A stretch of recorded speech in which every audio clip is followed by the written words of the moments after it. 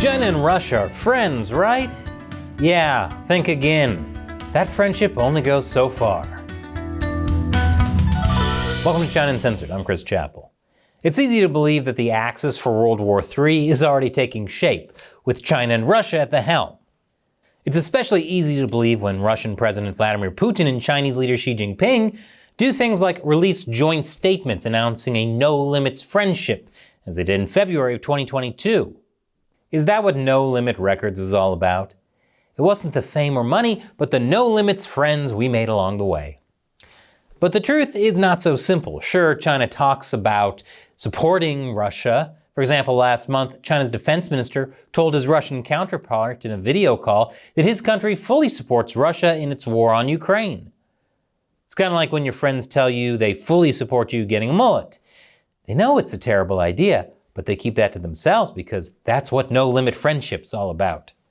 According to Newsweek, China's newly appointed defense chief and Shoigu discussed boosting military cooperation and coordination as the Russia-Ukraine war drags on. Which wouldn't be difficult since the Chinese Communist Party has so far mostly supported Russia economically rather than militarily. Russia released a recording of the video call. In it, Defense Minister Dong told Shoigu that in recent years, the US and Western world have been isolating Russia, and we strongly support justice. Ah, yes, of course, China has always supported justice, except, in Tibet, Hong Kong, Taiwan, Xinjiang, and the South China Sea.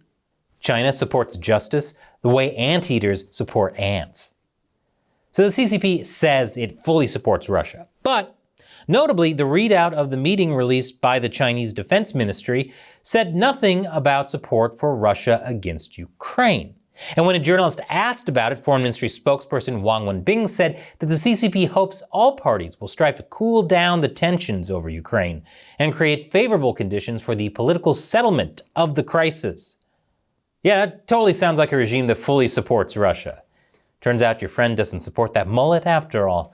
Which is a fitting analogy since mullets in Russia as a terrifying military power both ended in 1991, no matter how hard some people try to bring them back. Meanwhile, China isn't exactly abandoning its relationship with Ukraine. China did recently demand that the Ukrainian government immediately remove over a dozen Chinese companies from a list of firms that Ukraine has designated as international sponsors of war. Reuters reported last month that China's ambassador to Ukraine, Fan Qianrong, warned the Ukrainian government that the designations of these companies would hurt bilateral ties, which means that there are still bilateral ties to hurt. Looks like China is still trying to be friendly with Ukraine despite their no-limit BFFs being at war with them. This is like instead of taking your friend's side in a fight, you say, I understand why you don't like them, but they've always been cool with me. And by cool, I mean I want that money. And the CCP is not being very clear about the consequences if Ukraine doesn't do what it wants. While one source stated that China hadn't threatened Ukraine over the matter, a second source said that Beijing could link the listing to Chinese purchases of Ukrainian grain. Now there's some food for thought. It kind of seems like China is talking out both sides of its mouth when it comes to Russia and Ukraine. It would seem the no-limits partnership between Russia and China actually has some limits. So Xi and Putin aren't BFFs so much as they are BFFSLAIDAOBLs. Best friends forever, so long as it doesn't affect our bottom line. And there are other ways that the CCP isn't exactly being a very good friend to Russia. I'll tell you about them after the break. Welcome back. China and Russia have declared a no-limits partnership, but don't be fooled. They're still rivals on the world stage. So it's not surprising that Russia is now admitting that it's having problems with Chinese payments that would help it circumvent Western sanctions. When questioned about the problem by Vedomosti, a Russian business newspaper, the Kremlin spokesperson said the government was working on addressing the problem with the Chinese government. I'm not sure what that entails exactly. Pleading? Promises? New Putin thirst traps? I'm shocked he hasn't opened an OnlyFans and made it mandatory to join. It's a big problem. According to the Russian news outlet Izvestia, 3 out of China's big 4 state banks have halted payments from sanctioned Russian financial institutions. Some are saying that China's biggest banks are finally getting scared that they're going to get caught in the West's sanctions against Russia. That's why you can never rely on a BFF SLAIDAOBL. Reports out of Ukraine also showed that Chojo Commercial Bank halted its transaction with Russia's ally, Belarus, which has also been sanctioned by the West for human rights abuses and supporting Russia's war in Ukraine. And if you think that's a sign of frosty relations between the dragon and the bear, wait till you hear about what's happening in the Arctic. Russia has long had designs on gas and oil supplies underneath the melting polar ice caps, and as an Arctic country, has sought to dominate the region for decades with icebreaker ships like this one. China's helped Russia to achieve this, clearly out of the goodness of their heart and not because they want to steal, share those resources. No, that's not something communists would ever do. Last August, the two countries conducted a joint naval drill off of Alaska's Bering Sea coast, and they are increasing their maritime law enforcement and naval cooperation. This represents a sea change in Russia's previous attempts to exclude other countries from the Arctic. But with Sweden joining NATO, Russia could soon be the only non-NATO Arctic country, leaving it no choice but to rely on China for help in maintaining and advancing its plans to dominate the area. Oh, don't you love it when someone that's emotionally distant finally opens up and admits they need help? That's so heartwarming. Well, as heartwarming as anything can be in Russia. There's just one problem. China is heading north without Russia, too.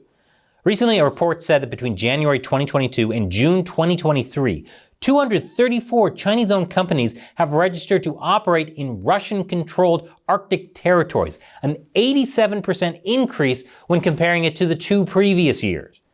As of June 2023, 359 Chinese-owned companies operated there. I haven't seen such a large migration to the Arctic since the spring, when bowhead whales return once the ice is thawed so they can feed on plankton. What? Sometimes you get jokes, sometimes you get marine fun facts. Deal with it. The United States and Canada, along with other Western countries, are especially concerned, especially since Beijing has declared itself a near-Arctic state and is advancing a fleet of ice-breaking vessels. After all, China has had designs on northern Canada's mineral deposits, so much so that the CCP has in recent years tried tightening its control over rare earth minerals in Canada. The result?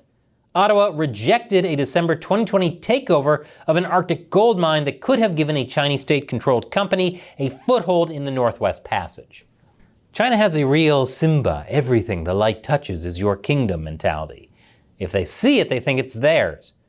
I'm surprised they haven't gone after that website that lets you pay to name your own star. You can't do that. All the stars are ours. Look, they're even on our flag. Canada and the United States are both working on reshaping global mineral supply chains to reduce dependence on China. So naturally, any Russian-Chinese cooperation in the Arctic looks incredibly dangerous. But on the other hand, with Russia increasingly isolated and bogged down in Ukraine, it might lose out to Beijing on the issue of the Arctic. Russia is becoming so reliant on China for its economic survival that it is losing any real say on the matter. China's gone from their sugar mama to their sugar master, which sounds like a supervillain facing off against a diabetic hero. The Eurasia Daily Monitor of the Jamestown Foundation released a report that Russia is at risk of losing its dominance over the Arctic sea route to China and Turkey, mainly because China and Turkey have surpassed Russia in icebreaker ship construction. Indeed, according to the report, these two countries are now building icebreakers at record rates as the Kremlin has tried to delay or even cancel its plans for new Russian icebreakers due to budgetary shortfalls. Russia is losing a lot of money. I haven't seen something lose this much green since the corkwing wrasse, which loses the bluish-green tint in its scales at the end of its breeding season. You just got fish fun fact. Even before the harsh sanctions imposed over its invasion of Ukraine, Russia's economy struggled from corruption, previous rounds of sanctions imposed over other matters, mismanagement, the coronavirus pandemic, and a steep demographic decline. Hence the abandoned plans to build icebreaker ships. Man, don't you hate it when you save up for years to buy yourself a boat, then right when you're about to get it, all the horrible decisions you and your best friend made come back to haunt you? Super relatable, Russia. At the same time, China has become heavily involved in building 5 Russian Arctic ports, while increasing Chinese rail lines into the region. Some in Russia are alarmed at China's expansion into their country, especially considering the various border disputes between the two countries over the centuries. But Russia doesn't have much choice. Putin's money problems are forcing him to turn away from the north, and he relies on China for mitigating sanctions, so there isn't much that bear can do to escape the claws of the dragon. That sweet, sweet sugar master dragon. The CCP is perfectly placed to make heavy demands on the Kremlin for its economic concessions, in exchange for leaving some of the territorial and economic rights to Moscow. Large sections of Siberia are underpopulated, yet have increasing population of Chinese farmers and so-called tourists, although there is some disagreement about what exactly that means.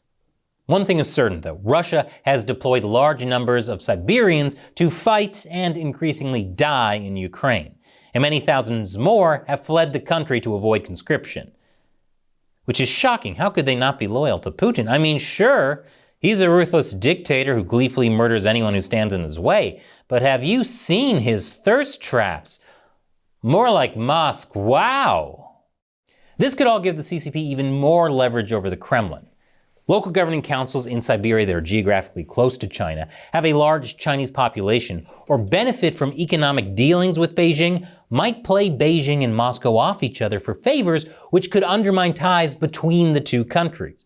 Alternatively, they might just decide to outright obey the CCP, especially since Putin is disproportionately sending Siberians to die in his faraway war and is increasingly seen as weak and too distant to stop China. That could lead to a level of regional tensions and fragility in Russia not seen since the Russian Civil War a century ago, and would all play into the hands of the CCP, which has long wanted to be the senior partner in its relationship with Russia. So, Russia won't be part of the Axis in World War III so much as they'll be a lapdog, hoping to get scraps from China. I talk about a lot of controversial things on this show, and YouTube hates it.